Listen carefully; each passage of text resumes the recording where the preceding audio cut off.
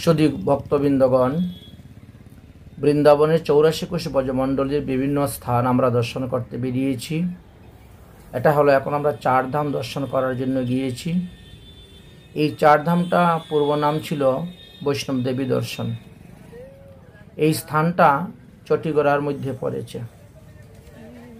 আপনারা যদি রাধাকুণ্ড থেকে বৃন্দাবনে যান তাহলে রাধাকুণ্ড থেকে 16 কিলোমিটার দূর যাওয়ার পরেই এই চটিগড়া পড়ে, আর সেখান থেকে আরও 5 কিলোমিটার দূরে বৃন্দাবন।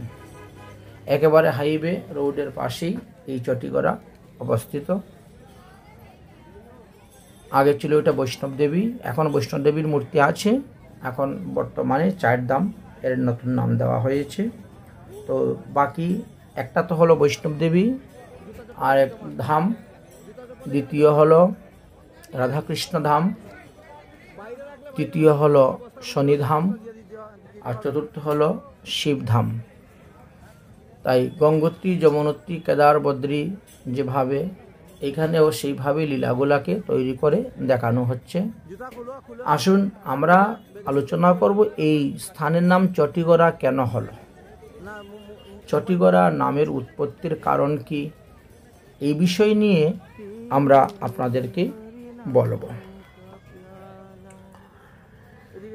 ভগবান শ্রীকৃষ্ণচন্দ্র মথুরাতে অবতীর্ণ হলেন কংসের কারাগারে, এবং ওই রাত্রের মধ্যেই তিনি গোকুলে চলে গেলেন। গোকুলে চলে যাওয়ার পর নন্দালয়ে অবস্থান করলেন। যমল অর্জুন ভঞ্জন পর্যন্ত ভগবান কৃষ্ণচন্দ্র তিনি গোকুল 84 খম্বা যেটা মহাবন সেখানে ছিলেন। বিভিন্ন শাস্ত্র অনুসারে, জনশ্রুতি অনুসারে জানা যায় যে ভগবান শ্রীকৃষ্ণ 2 বৎসর 20 দিন তিনি ছিলেন গোকুল মহাবন 84 খম্বা, যেটাতে আমরা যাই দর্শন করার জন্য সেই স্থানে। যমল অর্জুন ভঞ্জনের পর শ্রী ব্রজরাজ নন্দ সেই মহাবন পরিত্যাগ করিয়া এই চটিগড়া স্থানেতে এসে কয়েক বৎসর বাস করেছিলেন।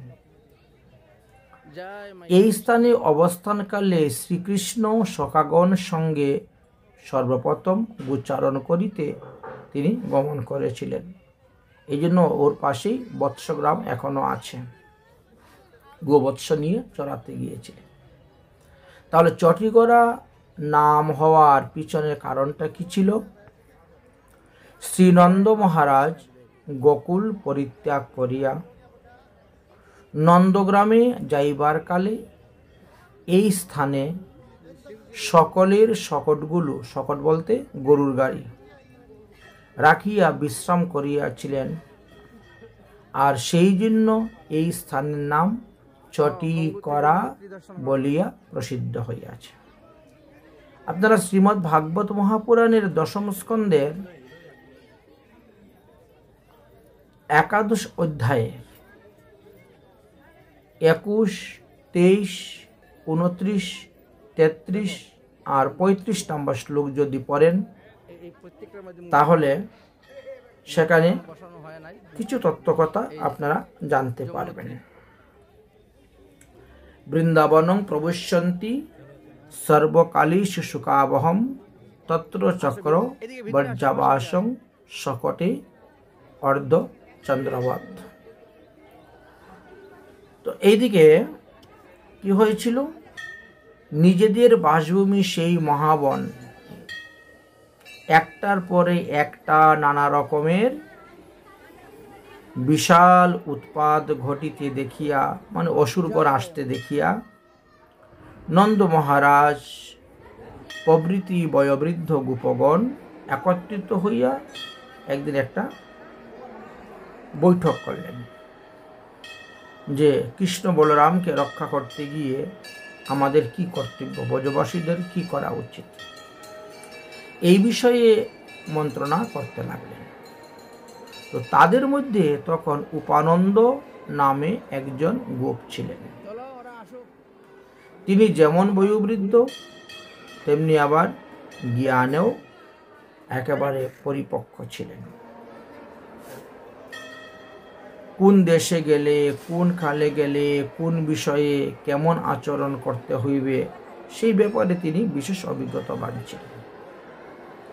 সেই সময়ে তাহার এই দিকেও তীক্ষ্ণ বুদ্ধি ছিল যে শ্রীরাম এবং কৃষ্ণ যেন সর্বদা সুখী থাকেন, তাদের উপরে যেন কখনো কোনো রকম বিপদ না হয়।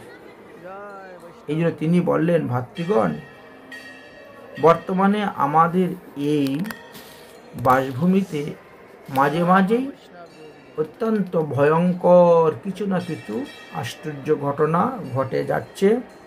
অসুরগণ এসে উৎপাত আদি করতেছে, যেইগুলো শিশু বালকদের পক্ষে বিশেষভাবে ক্ষতিকারক বলেই মনে হচ্ছে।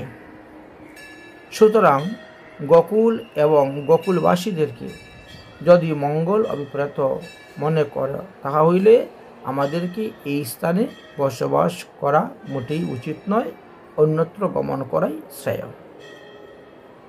এখন তোমরা ভাবিয়া দেখো, যদি তোমাদের ইহাতে সম্মতি থাকে, তাহলে দেরি না করিয়াই আমরা আজই এই স্থান পরিত্যাগ করিব, অন্য স্থানে যাওয়ার জন্য ব্যবস্থা হইব।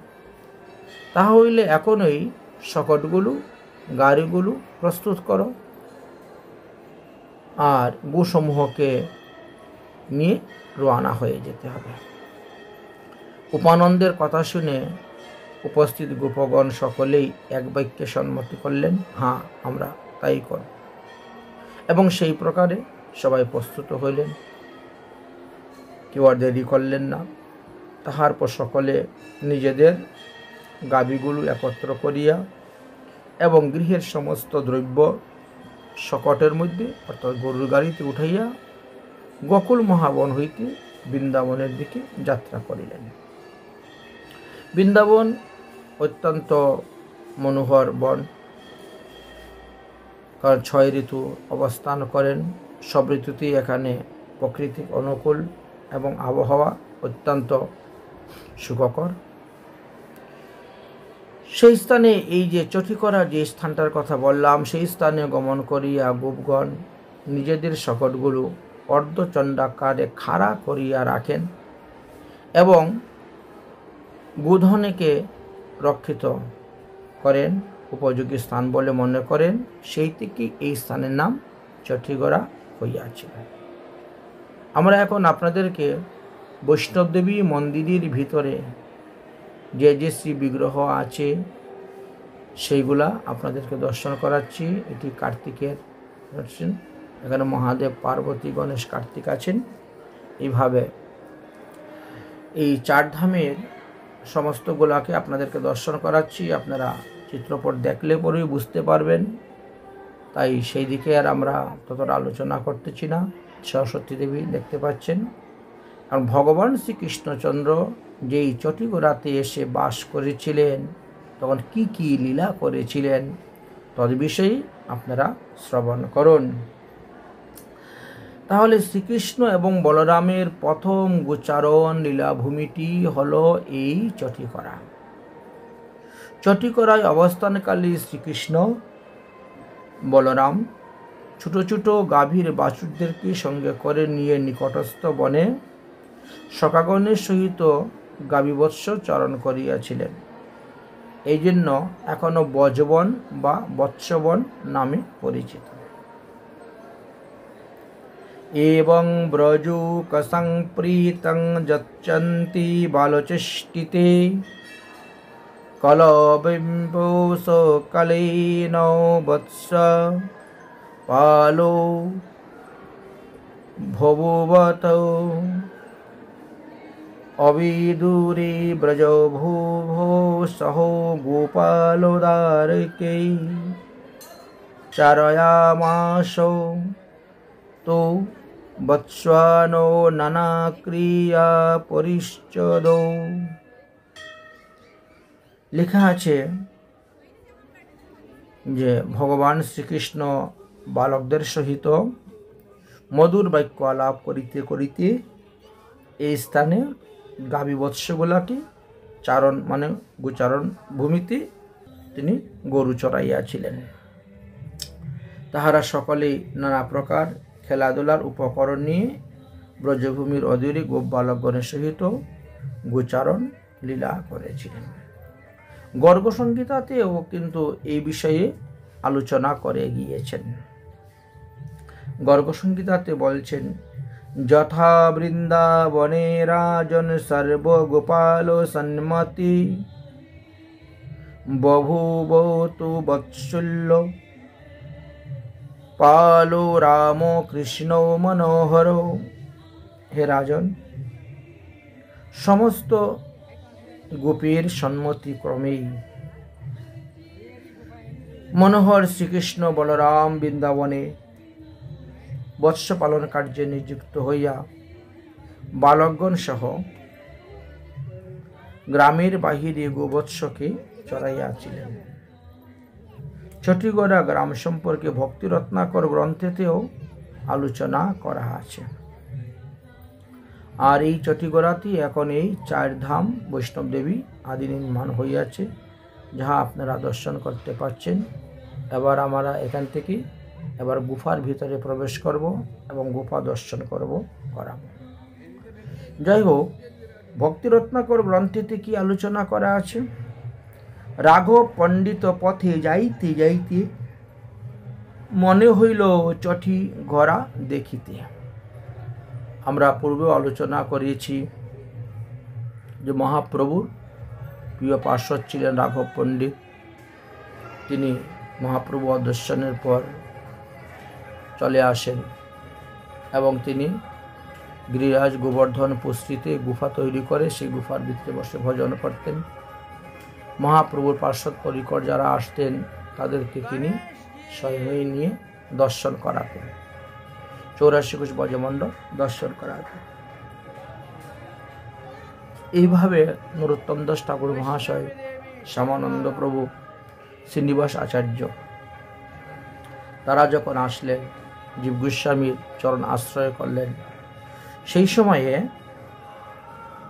রাঘব পণ্ডিত তাদেরকে নিয়ে পরিক্রমা করতে বেরিয়েছিলেন এবং পরিক্রমা করে বিভিন্ন স্থান দর্শন করিয়ে দেখিয়েছিলেন। দেখাতে দেখাতে এই চটিগড়াতে এসে উপস্থিত হয়েছেন। রাঘব পণ্ডিত পথে যাইতে যাইতে মনে হইল ষষ্ঠী করা বাটি দেখাইতে। পরিক্রমার পথচারী অন্য পথে গিয়া শ্রীনিবাস কহেন, চটি করা প্রবেশিয়া পূর্বে চটি করা বাটি নাম যে ইহার, এবে ষষ্ঠী করা নাম লোকেতে প্রচার। রাঘব পণ্ডিত বললেন যে এই স্থানের নাম পূর্বে ছিল চটি করা বাটি, তারপরে ষষ্ঠী ঘরা নাম হয়েছিল, আর এখন চটি করা আমরা বলে থাকি। কেউ কেউ বলেন যে এই স্থানে ছটিপুরা হয়েছিল, এই জন্য চটিগড়া নাম পড়েছে। যাই হোক, রাঘব পণ্ডিত তাদেরকে বলছেন, দেখো শ্রীনিবাস, এই শকট আরোহণ কৃষ্ণ প্রিয় স্থান, এই পরম রম্যহন ভ্রমর গুঞ্জিহি সদা পুষ্পের কাননে, পরম আনন্দ হয় এ কুণ্ডের স্থানে। হেতা উপবাস এক রাত্র করে যে, বিদ্যাধর লোকে সুখে বিলয় এসে। কাল বিষয়তে ফল বহুবিধ হয়, এবে এ শকট গ্রাম নাম লোকে কয়। তাই শকট গ্রাম নাম থেকে চটিগড়া বা চটিকরা নামে হয়েছে। এবার আমরা আরো তত্ত্ব কথা জানতে পারি আদি বরাহ পুরাণে। সেখানে লেখা আছে, শকটা আরোহ নাম তস্মিন ক্ষেত্র পরম মম, মথুরা পশ্চিম ভাগ অদূরা অর্ধ যোজনে অনেকানি সহস্রাণি ভ্রমরাণাং বসন্তি বৈ তত্রায়াবিশেকিং বুভ্রীতেকো রাত্রো উপবাসতো নরঃ স হি বিদ্যাধরং লোকং গত্বাশ্চো রমতে সুখম।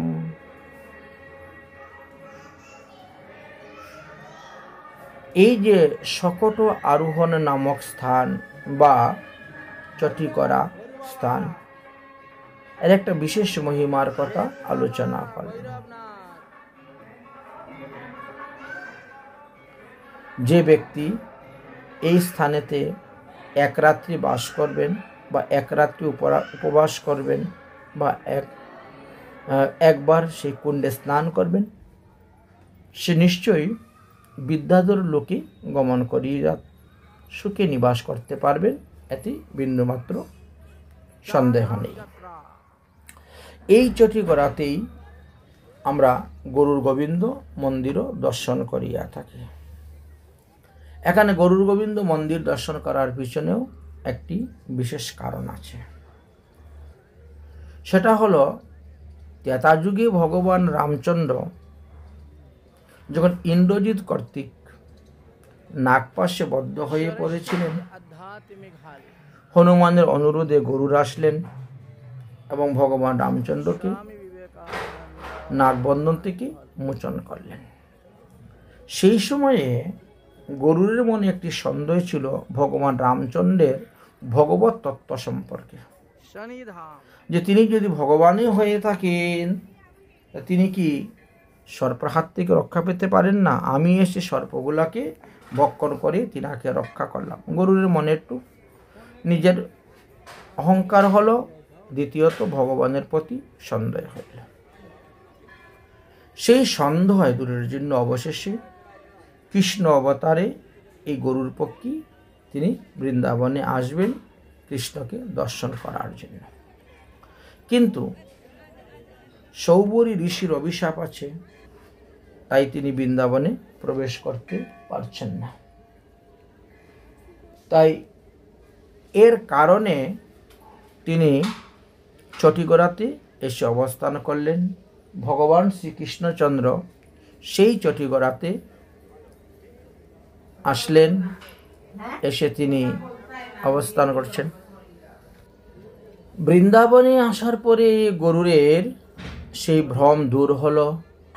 ভগবান শ্রীকৃষ্ণের মহিমা দর্শন করিয়ে তিনি বুঝতে পারলেন এবং ভগবান শ্রীকৃষ্ণ তখন বললেন যে গরুর, তুমি তোমার পিঠের মধ্যে করে আমাকে নিয়ে ভ্রমণ করো। গরুর ভগবান শ্রীকৃষ্ণ তখন নারায়ণ মূর্তি ধারণ করলেন, চতুর্ভুজ গরুরের পৃষ্ঠে অবস্থান করলেন এবং চতুর্দিক ভ্রমণ করেছিলেন, দর্শন করেছিলেন। এই জন্য এই চটিগড়াতে আপনারা গেলে গরুর গোবিন্দ মন্দিরও দর্শন করতে পারবেন। এটা হলো নতুন তৈরি করা শনিধাম। শনির বিভিন্ন রূপ এখানে দেখানো হচ্ছে। 4 ধামের মধ্যে এই শনিধামটা আপনাদেরকে দেখাচ্ছি। যাই এখানে চটিগড়াতে আরও লীলা হয়েছিল। কোনো একদিন ভগবান শ্রীকৃষ্ণ, বলরাম, শ্রীদাম, সুদাম, মধুমঙ্গল ইত্যাদি সখাগণকে নিয়ে গোচারণ লীলা করিতেছেন। তো করিতে করিতে হঠাৎ তেনার ইচ্ছা হলো স্কন্দে আরোহণ করবে। আর এই জন্য সখা শ্রীদাম তখন নিজেই স্বয়ং গরুর রূপ ধারণ করলেন। শ্রীকৃষ্ণ তখন চতুর্ভুজ নারায়ণ রূপ প্রকাশ হলেন আর শ্রীদামের স্কন্দে আরোহণ করিয়া এইভাবে তিনি খেলার ছলনায় সেই লীলাটি স্মরণ করিয়াছিলেন। এই দুটি কারণে এখানে গরুর গোবিন্দ নামে প্রসিদ্ধ হইয়াছেন। চটিগড়ার এই দর্শনটি অত্যন্ত উত্তম দর্শনীয়, এবং সেখানে একটা কুণ্ডও আছে, যে কুণ্ডে স্নান করলে বিদ্যাধর দেহ লাভ করা যায়। ভক্তিরত্নাকর গ্রন্থেতে আমরা দেখতে পাই রাঘব পণ্ডিত তিনি নরোত্তম দাস ঠাকুর মহাশয়, সমানন্দ প্রভু, শ্রীনিবাসাচার্য প্রভুকে বলে গিয়েছেন যে গরুর গোবিন্দ এই দেখো শ্রীনিবাস, হেতা করিলেন কৃষ্ণ অদ্ভুত বিলাস। শ্রীদাম গরুর হইয়া খেলারও আনন্দে, চতুর্ভুজ গোবিন্দ চরে তার স্কন্ধে। গরুর গোবিন্দ দুই শুভা অতিশয়, এই হেতু গরুর গোবিন্দ নাম লোকে কয়। লঘু ভাগবত গ্রন্থেতেও এই বিষয়ে আলোচনা করা আছে। শ্রীদাম্নি অক্ষত প্রাপ্তে সুয়পি চতুর্ভুজঃ। এই হলো সেই চটিগড়ার অপূর্ব মহিমা কথা আমরা আপনাদেরকে শ্রবণ করাইলাম। এই চটিগড়া আমরা দর্শন করলাম এবং 4 ধাম এখন আপনাদেরকে দর্শন করাচ্ছি। 4 ধামের এবার রাধাকৃষ্ণ ধামে আমরা প্রবেশ করব। রাধাধাম, কৃষ্ণধাম, এই যে এর ভিতরে শ্রীকৃষ্ণের সমস্ত লীলাগুলা বর্ণন করা আছে।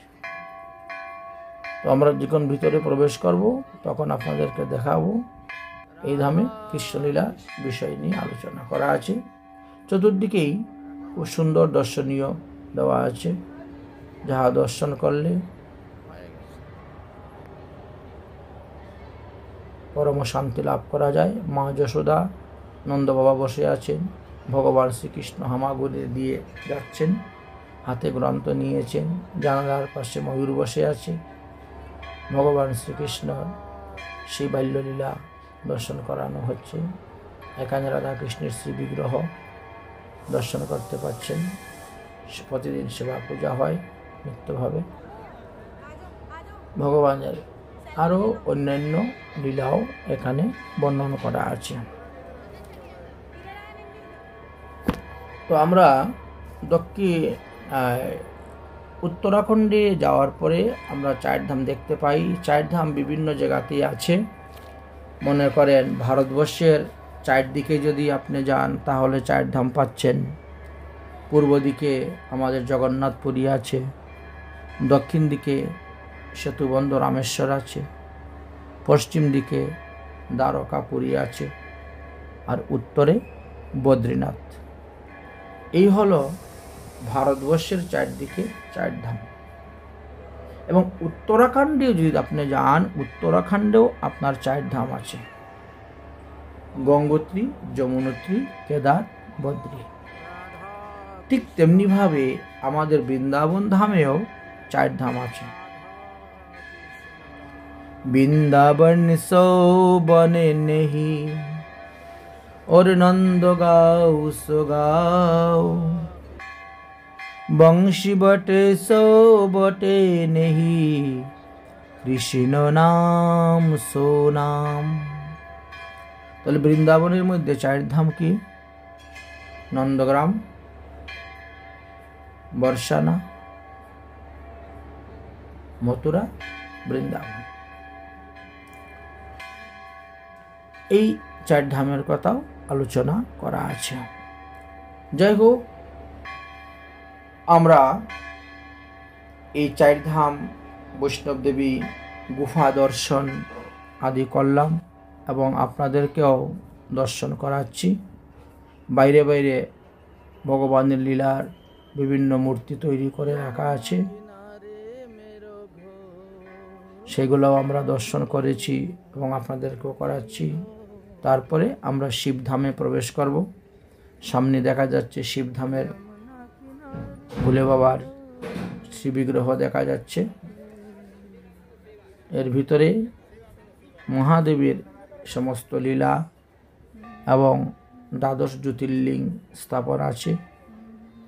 মহাদেবের বিগ্রহ, মহাদেব পার্বতী আদি বিগ্রহ আছে, সেইগুলাও দর্শনীয়। তো সম্পূর্ণ চারধাম ভ্রমণ করতে গেলে, দর্শন করতে গেলে আপনাকে আধা ঘন্টা সময় লাগবে।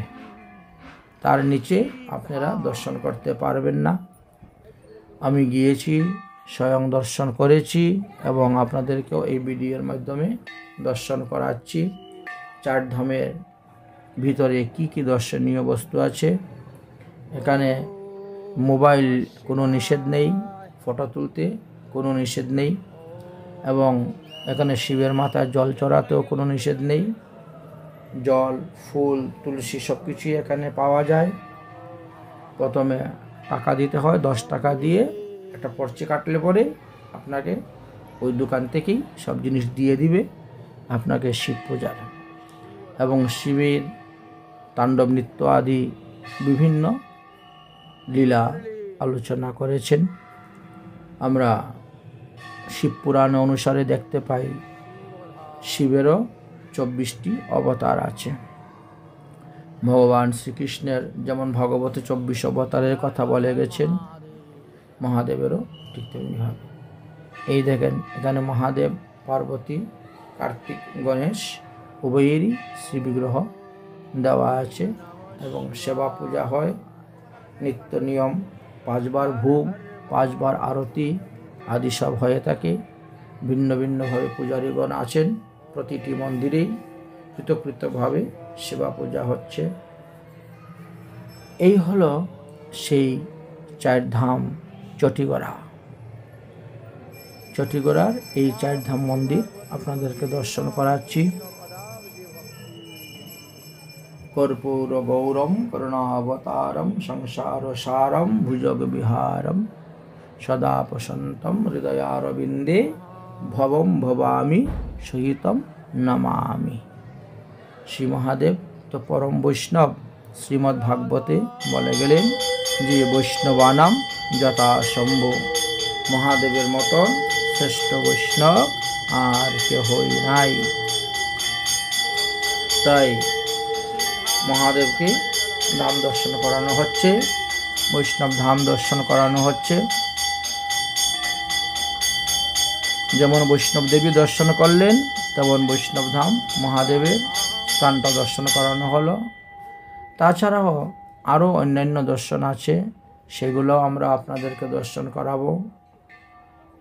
এই রাস্তা দিয়ে সামনে অগ্রসর হলেই মহাদেবের আরও মূর্তি আছে, হনুমানের মূর্তি আছেন, কার্তিকের মূর্তি আছেন, ইত্যাদিও দর্শনীয় স্থান আছে। সেগুলো আপনাদেরকে দর্শন করাচ্ছি, আপনারা দর্শন করবেন। রাধে রাধে।